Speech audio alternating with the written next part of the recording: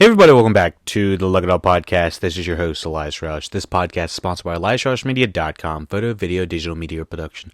Today we are discussing Yellowstone Season 1, Episode 9, the finale. We're going to talk about the entire show. We're going to expect you to have watched the entire show. You know these characters, you like these characters, or you maybe not like them, but you are aware of these characters. Yeah, I've completed the first season of Yellowstone, and I just kind of wanted to get my initial thoughts off of my chest before we jump into a season 2. So that might be a little bit of a spoiler up front, but just saying.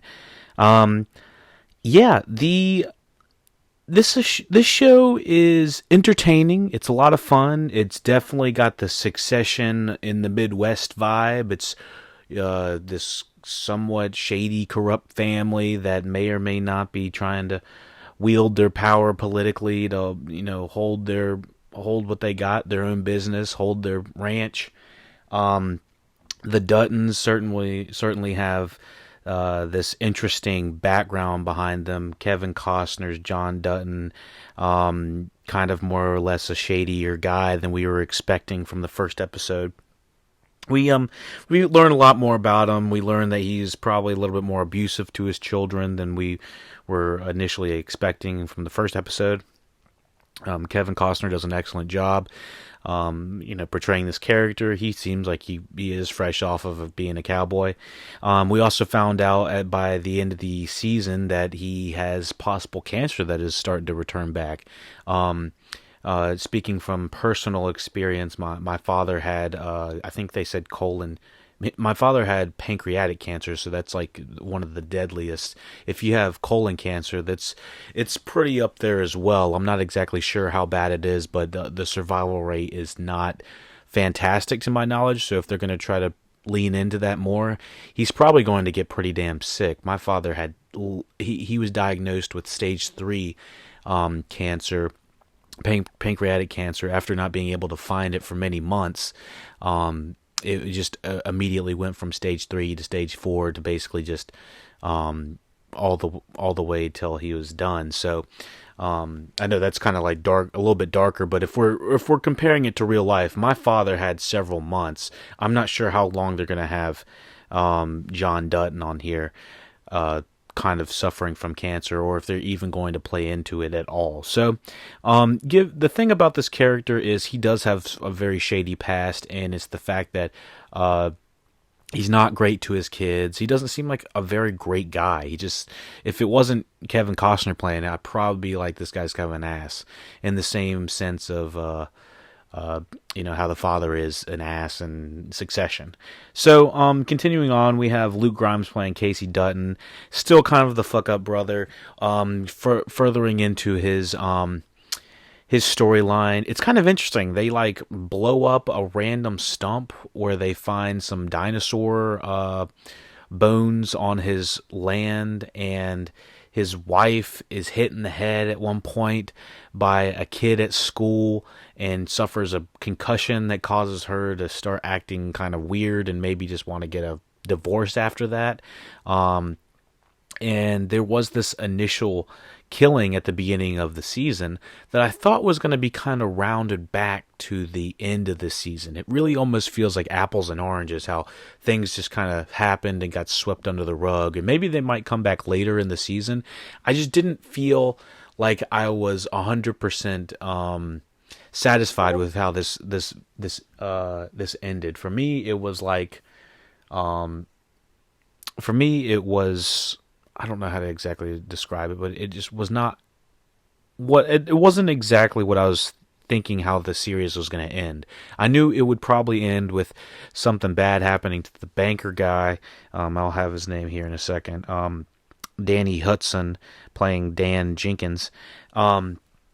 Yeah, I knew something bad was probably going to happen to him, but they straight up go to the nth degree, straight murdering this guy. Rip, Casey, and the Cowboys, basically, with Jimmy and whoever else, the other guy. I don't know the other Cowboy's name. Lloyd. They basically scoop up this banker guy and put him on the back of a horse and string him up and kill him straight right there, strangle him. After they getting the information of, this guy was inflating prices to try to get the ranch and whatnot. So I was like, this is kind of an intense way to get this guy, and y'all just expect to kidnap this guy right off the street and have nobody say anything. I mean, I know it happened really quickly, but he has a cell phone on him. I just feel like there's different ways that you could have probably tracked this guy getting kidnapped by these cowboys. But yeah, so I will say that kind of ended in the place that I thought it was going to end. Not good for that guy. I just had no idea it was going to end in murder. So we have Kelly Riley, who's just playing this like very spicy femme fatale in a way, almost. No, maybe not a femme fatale, but she's just like she's using her body, she's using her wits, and she's using her caress to really pull people in and then almost strike them at the heart. I mean, you can see how she was doing that to the Dan Jenkins character, and making that dude see his wife get bucked by another guy, and she's just always there to try to make sure that people are feeling it, feeling it in the worst way possible. She's there when John Dutton is trying to exercise his son Jamie Dutton, the attorney now turned politician, to get outside of the family. He's trying to cut him off, and of course Beth is there to be like, I need the keys, I need the card, and I need everything, and that ass. And she's just like, oh my God, like Jamie is just getting taken left and right, left hooks, right hooks, physically from his father and mentally and spiritually from his sister. It's just a kind of a shit show of a family. And then we have Cole Hauser playing Rip Wheeler, and there's not too much to say about him. I mean, he has an interesting little background of, I guess not a little interesting. It's kind of a big deal for him. It's like life defining. I think it was his father or the father figure, the male figure in his house, is killing his mother, beating him up, and his little brother or something like that.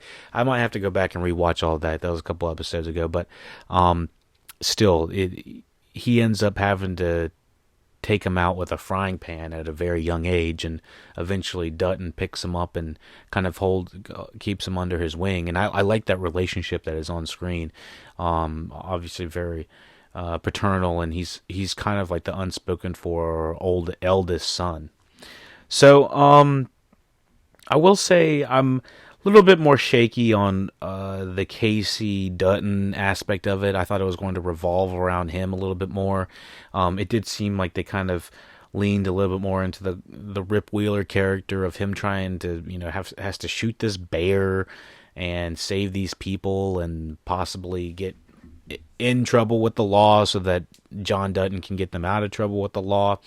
And it's just it's this big will they, won't they, who will, who won't run and own the ranch. And at the end, Rip Wheeler brings in a new cowboy or cowgirl. What is her name? Tanya Beatty plays Avery, and she's a former stripper / cowgirl wrangler-esque or something, and she's coming in to join the Cowboys, and I'm pretty interested to see how that comes in. It does feel a little bit cringy and generic how they're like, girls can do it too. It's like, all right, this seems a little bit outdated, but okay. And of course they gotta make her the badass in the group, so she's like extra good at cards and extra good at everything. I just felt like it was a little bit easy. Sometimes I did feel like the writing in this show just felt like they wanted to set scenarios up so that John Dutton could have some sort of one-liner. He's like, well, that's the way a cowboy's gotta be. It's just like, I can just hear it in the back of people watching it, the 50 and 60-year-olds, like, yo, yeah, that John Dutton, honey, that John Dutton, he knows exactly how to be a man. That's how you be a man. Sometimes you just gotta punch someone in the face and continue with your day. I can't tell you how many times people got punched in the face in this. I think Rip and Cole get in a fist fight. Jamie and John get in a fist fight. Jamie and Beth get in a fist fight. I'm pretty sure everyone beats up Jimmy. And it's just like there is so many people just getting in fist fights and their faces are fine right after. I was like, okay, I guess that's just how fist fights work. I don't think I've seen a show where people just get in all these physical altercations for, I don't know, what feel like minuscule reasons. They're like, oh, you looking at me wrong, punk? Oh, that's it. And you go, and you just punch him straight in the face, and it's like, all right, I think we're done punching each other in the face.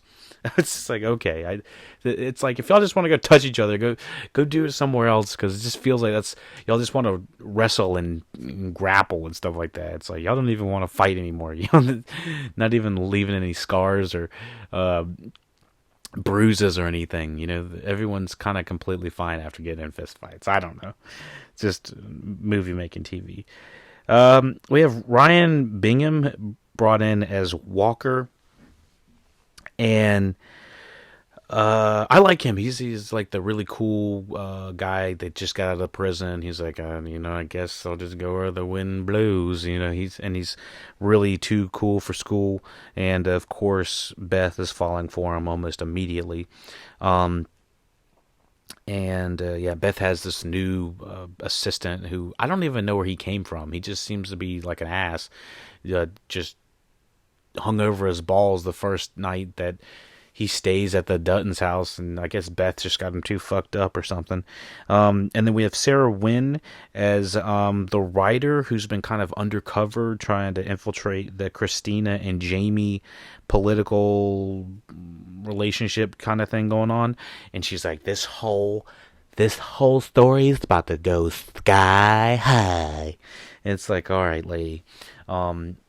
The thing about this show is I don't think I really like that many people, so when bad things happen to them, I'm just like, I don't really care about you people that much. And it does feel a little bit dreary from everyone's